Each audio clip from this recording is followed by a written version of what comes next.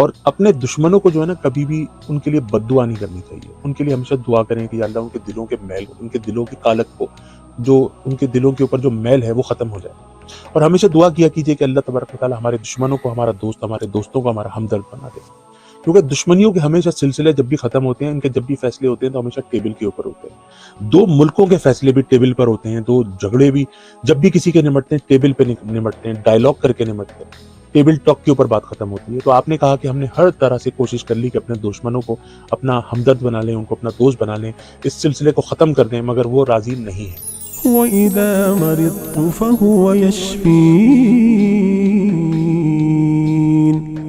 الحمدللہ رب العالمین والصلاة والسلام علی سید الانبیاء والمرسلین وخاتم النبیین صلی اللہ علیہ وآلہ وسلم. اما بعد فاعوذ باللہ من الشیطان الرجیم. بسم اللہ الرحمن الرحیم. اللہم صلی علی محمد وعلی آلہ وصحبہ وبارک وسلم علیہ. السلام علیکم ورحمۃ اللہ وبرکاتہ. آپ کے بہت پسندیدہ ویلاگ کے ساتھ آپ کا میزبان آغا منہاج حاضر خدمت ہے.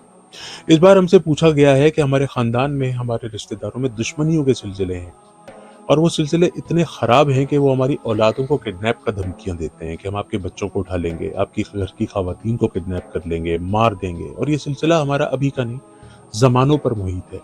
مطلب باپ دادا سے جو قبیلے کی جو دشمنیاں قبائل کی جو چل رہی ہوتی ہیں، وہ اس طرح کی ہمیں سوال کیا گیا ہے کہ اس طرح کی دشمنیاں ہیں جو قبیلوں کے اوپر محیط ہیں اور برسوں کے اوپر اس کے معاملات ہیں. اور یہ ہماری کبھی جان کے پیچھے پڑے ہیں، کبھی ہمارے مال کے پیچھے پڑے ہیں، کبھی ہمیں مار کے چلے جاتے ہیں، کبھی کڈنیپنگ کی دھمکیاں دیتے ہیں، کبھی خواتین کو اٹھا لیں گے یہ دھمکیاں دیتے ہیں.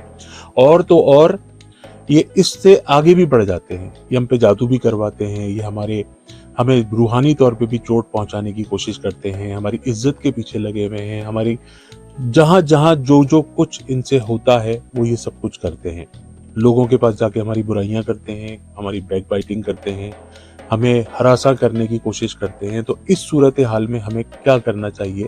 کون سا ایسا وظیفہ ہے کہ جس کو کرنے سے ہماری ان دشمنوں سے اور ان کی ان رذیل اور غلیظ حرکتوں سے ہماری جان جو ہے وہ چھوٹ جائے؟ کیونکہ ہم بھی کسی دور میں ایسے ہی تھے، لیکن علم کے آنے کے بعد یا قرآن پاک اور حدیث مبارکہ سمجھنے کے بعد ہم اس نتیجے کے اوپر ہیں کہ ہم ان سے صلح کرنا چاہتے ہیں. اور ہم نے صلح کے کئی اسباب بھی پیدا کیے، مگر وہ صلح کی طرف آنا نہیں چاہتے اور ہم دشمنی کی طرف جانا نہیں چاہتے.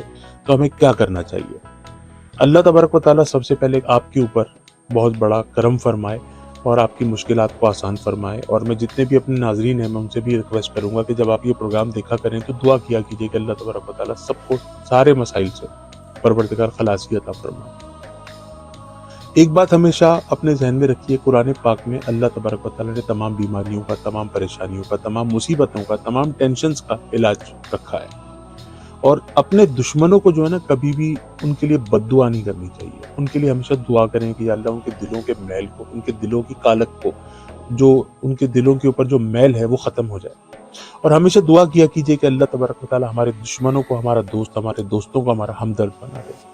کیونکہ دشمنیوں کے ہمیشہ سلسلے جب بھی ختم ہوتے ہیں، ان کے جب بھی فیصلے ہوتے ہیں تو ہمیشہ ٹیبل کے اوپر ہوتے ہیں. دو ملکوں کے فیصلے بھی ٹیبل پر ہوتے ہیں، دو جھگڑے بھی جب بھی کسی کے نمٹتے ہیں ٹیبل پہ نمٹتے ہیں، ڈائلاگ کر کے نمٹتے ہیں، ٹیبل ٹاک کے اوپر بات ختم ہوتی ہے. تو آپ نے کہا کہ ہم نے ہر طرح سے کوشش کر لی کہ اپنے دشمنوں کو اپنا ہمدرد بنا لیں، ان کو اپنا دوست بنا لیں، اس سلسلے کو ختم کر دیں، مگر وہ راضی نہیں ہے.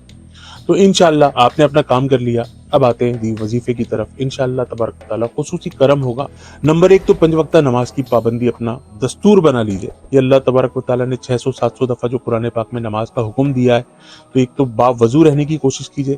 جو شخص باوضو رہتا ہے وہ اللہ تبارک و تعالیٰ کی فرشتوں کی پروٹیکشن میں رہتا ہے. ایک تو باوضو رہنے کی کوشش کیجئے، 5 وقتہ نماز لازمی پڑھیے، اور تہجد کو اپنی زندگی میں شامل کیجئے. جب دنیا سو رہی ہو تو آپ اٹھیں اور 2 نفل 4 نفل تہجد کے ضرور ادا کیجئے. اور سلام قولا من رب رحیم، سلام قولا من رب رحیم، سلام قولا من رب رحیم، یہ سورہ یاسین کا دل ہے.